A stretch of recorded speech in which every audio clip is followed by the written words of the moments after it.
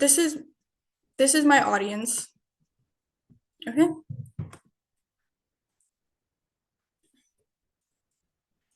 According to the American Red Cross, around 350,000 people a year experience cardiac arrest outside of a hospital. Unfortunately, most of them do not survive, but not because treatment couldn't have saved them, but instead treatment couldn't have reached them in time. I'll start by giving you some time frames. If CPR is not started and blood flow is not restored to the brain within 3 minutes, brain damage starts. If it takes longer than 9 minutes, then severe and permanent brain damage is highly likely and the odds of resuscitation become 2 out of 10. Right here is a diagram showing a cross-section of the brain in the areas that become damaged due to a lack of oxygen. This includes the basal ganglia, the thalamus, the cortex, as well as the hippocampus.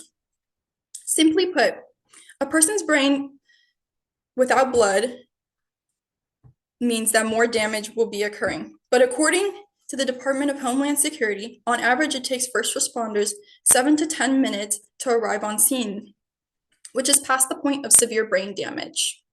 The only person who can bridge that gap is someone who is able to perform CPR right away as cardiac arrest occurs.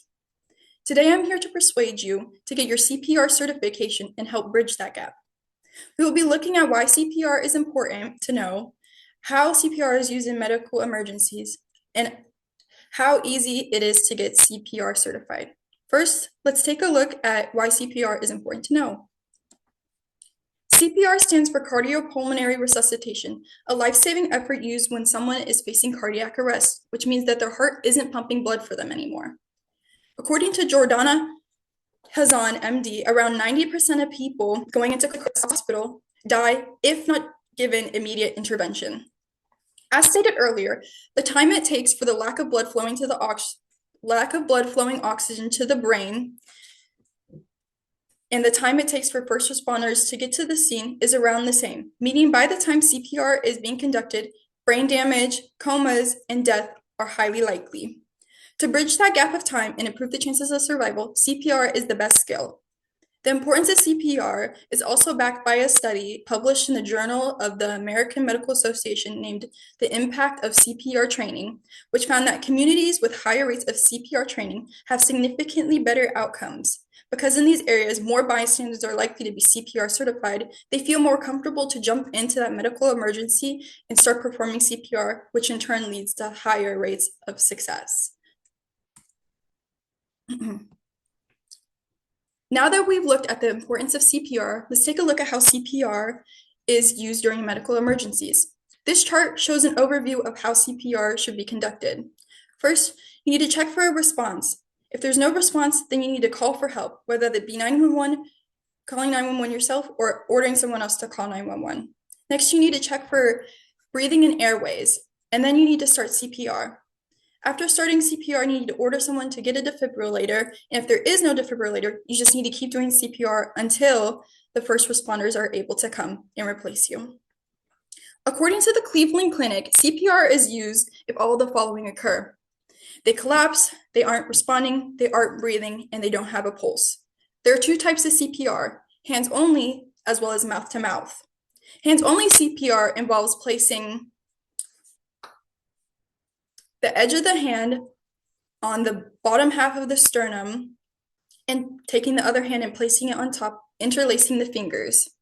In this image, it shows the correct hand positioning for CPR, showing that the fingers are interlaced and the positioning is on the lower part of the sternum.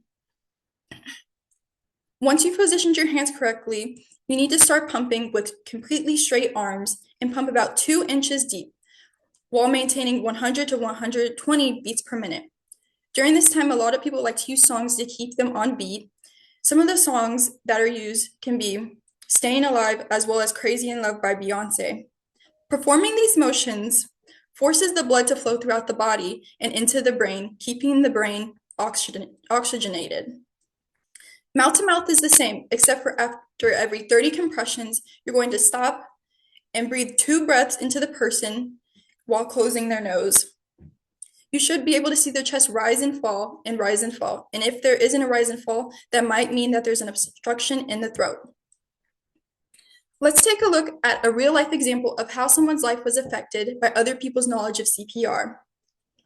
In the UF Health website, a story was published about Michael Layton, a 63-year-old man who was sitting in church before he became unconscious and without a pulse.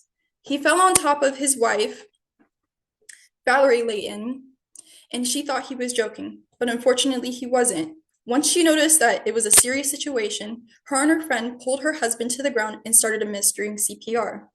Community members in the church noticed the commotion and came in to help assist with CPR, taking over when someone became tired.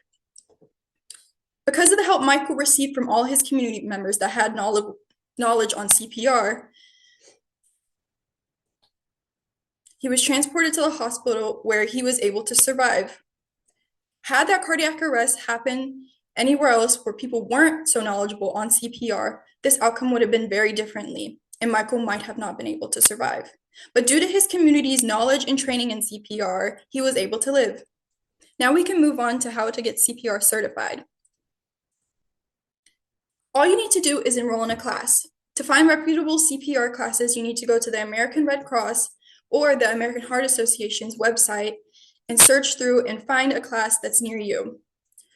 Thankfully, getting CPR certified is very accessible, and CPR certification only costs around $30 to $40 depending on what exactly you're getting certified in. And a lot of times, the communities will host free CPR certification classes just to help better their community. In conclusion, medical emergencies are unpredictable and happening at any place at any time. Becoming CPR certified is not just a skill reserved for people in the medical field, but it is essential to have in order to be prepared for any type of medical emergency that is thrown your way. We've seen just how critical early intervention is when cardiac arrest takes place. Every minute that person is left unattended is another minute that they are suffering more brain damage and edging closer to death. Becoming CPR certified doesn't take any effort, but it does mean everything to a person who is in need. I hope that you have learned why CPR is important to know, how CPR is used in medical emergencies, as well as how to get CPR certified, and that you will make the effort to get certified and be the reason someone gets to live another day.